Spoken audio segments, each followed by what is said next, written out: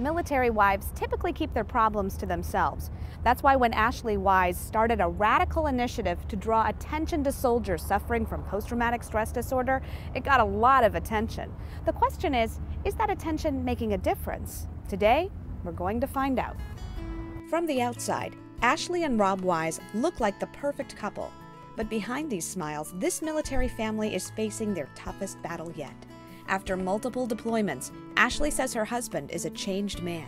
Knowing that that man is still in there somewhere, but he's so full of anger and self-hatred and seeing the depravity of humanity, if you will, that you can't freely, guilt-free walk away and quit, even though every fiber of your being wants to at points. You just know that they're your best friend and you want to help them out of this mud pit that they're in. Rob suffers from post-traumatic stress disorder.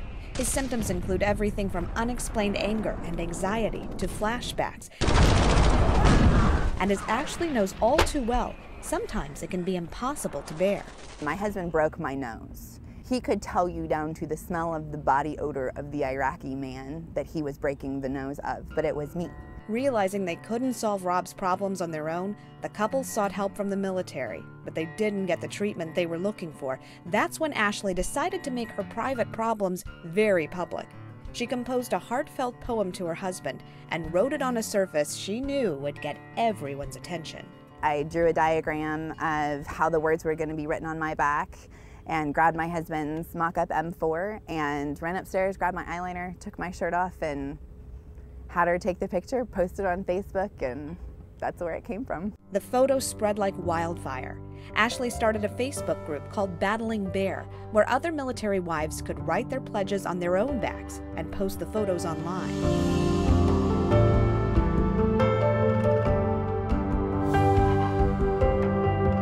Broken by battle, wounded by war. My love is forever, to you this I swore. I will quiet your silent screams. He'll heal your shattered soul. Until once again, my love, you are whole. 8 months later, the group now has 40,000 members, a staff of volunteers, and more than 600 posted photos. But for Ashley, it's not so much about the attention Battling Bear has gotten from the military or the media. It's about the women whose lives have been changed as a result. When I read that poem that she had on her back, it was everything that I wanted to say for years and things that I have felt for years and years and years and just never could put on paper like that. Melissa Burgess had always kept her husband's problems with PTSD to herself. Nobody would have assumed that there were such anger issues going on in my house. Battling Bear gave her the courage to give him an ultimatum. In June again, I said, if you're not going to help yourself, we're not going to stick around to try and help you. So you either go and get help, or I'm taking the kids and we're leaving. Melissa's husband got help, and family therapist Ken Murray says when it comes to PTSD, this situation is all too common. People who have PTSD avoid seeking help at all costs, and usually the way they darken my doorway is because some family member has urged them to seek help. Ken says for PTSD sufferers, admitting they have a problem is often the hardest step of all. But the treatments for PTSD work. If you want to get better, we can help you do that. And usually that's between 6 and 15 weeks of treatment and you're done. It's not a life sentence. Across the country, Battling Bear has inspired countless soldiers to seek help. It has kept families together, and it's given military wives like Tennifer Brown a way to connect and commiserate. I read the pledge and I couldn't stop crying through the pledge, and I thought, this is how I feel. This is what I want to say to my husband.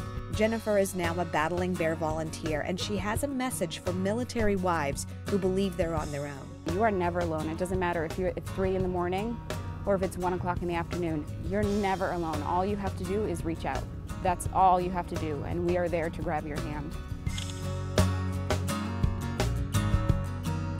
No matter what ultimately happens with Battling Bear, these women say it's already been a huge success because every single day women are discovering that they're not alone in dealing with PTSD. If you'd like more information or you need some help, you can go to facebook.com/battlingbear. For CafeMom, I'm Lindsay Ferrier.